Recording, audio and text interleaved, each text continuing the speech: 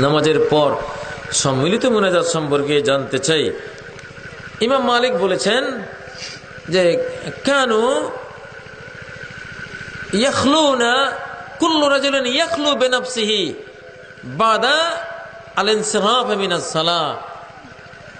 সাহাবায়ে কেরাম তাদের অভ্যাস ছিল সালাম ফিরাবার পরে প্রত্যেকে পার্সোনাল জিকিরে লেগে যেতেন, আর সামষ্টিক কোনো ইবাদত সালাম ফিরাবার পরে আর নাই, কোনো দলবদ্ধ মুনাজাত নাই, দলবদ্ধ কিছুই নেই।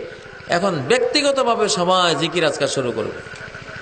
এই জন্য মুহাদ্দিসিনরা সবাই সালাম ফিরাবার পরে কি করতে হবে? বাবু জিক্রে বাদাস সালাহ, সালাতের পর জিকিরের জিকিরের অধ্যায়। হাদিসের কিতাবগুলি খুলুন, দেখবেন বাবু জিক্রে বাদাস সালাহ, সালাতের পর জিকির, সালাতের পর সম্মিলিত মুনাজাত না। এখন সালাতের পর কি করতে হবে কোরআনেও প্রসঙ্গটি এসেছে। সূরা নিসার 103 নম্বর আয়াতে আল্লাহ ক্লিয়ার করে দিয়েছেন যে সালাত শেষে কি করবা। আল্লাহ বলছেন সূরা নিসার 103 নম্বর আয়াত, ফাইজা কদাইতুমুস সালাতা ফাযকুরুল্লাহ, যখন সালাত শেষ করেছো এখন আল্লাহ জিকির করো। কি করো? জিকির করো। কিয়ামা ওয়া কুউদান ওয়া আলা জুনুবিকুম, দাঁড়ানো হলে দাঁড়িয়ে জিকির করো, বসা হলে বসে জিকির করো, শোয়া হলে শুয়ে জিকির করো, যেমনে থাকো সালাম ফিরাবার পরে এখন দায়িত্ব কি তোমার? জিকির করা। সেই জিকিরগুলি নবীজি করেছেন। কি জিকির? সালাম ফিরিয়ে আস্তাগফিরুল্লাহ আস্তাগফিরুল্লাহ আস্তাগফিরুল্লাহ 3 বার এই জিকিরটা করেছেন। দ্বিতীয় জিকির করেছেন আল্লাহুম্মা আনতাস সালাম ওয়া মিনকাস সালাম তাবারাকতা ইয়া যাল জালালি ওয়াল ইকরাম। তৃতীয় জিকির করেছেন লা ইলাহা ইল্লাল্লাহ ওয়াহদাহু লা শারীকা লাহু লাহুল মুলকু ওয়া লাহুল হামদু ওয়া হুয়া আলা কুল্লি শাইইন কাদির আল্লাহুম্মা লা মানি'a লিমা আ'তাইতা ওয়া লা মু'তিয়া লিমা মানা'তা ওয়া লা ইয়ানফা'ু যাল জাদ্দি মিনকাল জাদ। চতুর্থ জিকির করেছেন আল্লাহুম্মা আ'ইন্নী আলা যিকরিকা ওয়া শুকরিকা ওয়া হুসনি ইবাদাতিক।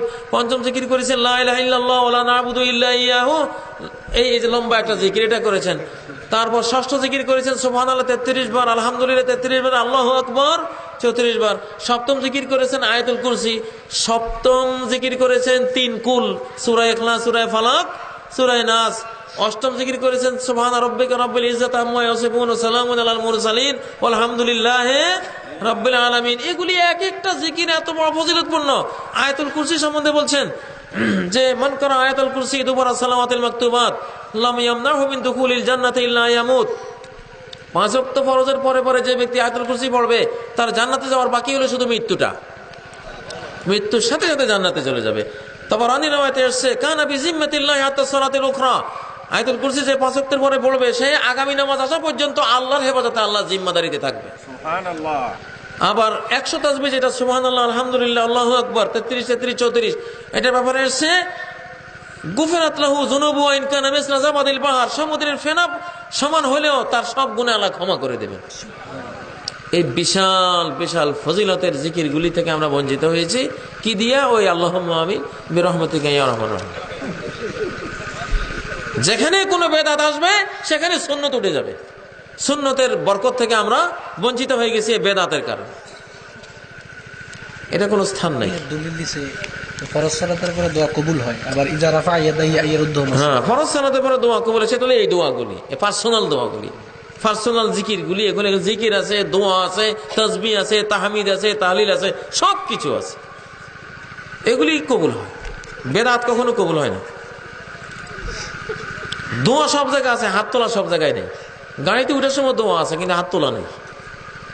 দোয়া থাকলে কেবল হাত তোলার কোনো প্রয়োজন নেই। এখন গাড়িতে আপনি যদি গাড়িতে উঠার সময় যদি হাত তুলে দোয়া শুরু করে দেন, চাকার তলে পড়েই তো মারা যাওয়ার একটা আশঙ্কা। আবার গাড়িও ফেল করবেন, গাড়িও লাগাবে এই লোকে মরে যা দিছে কত করে শেষ করবো, গাড়ি ছাড়ো। ঠিক না বে ঠিক?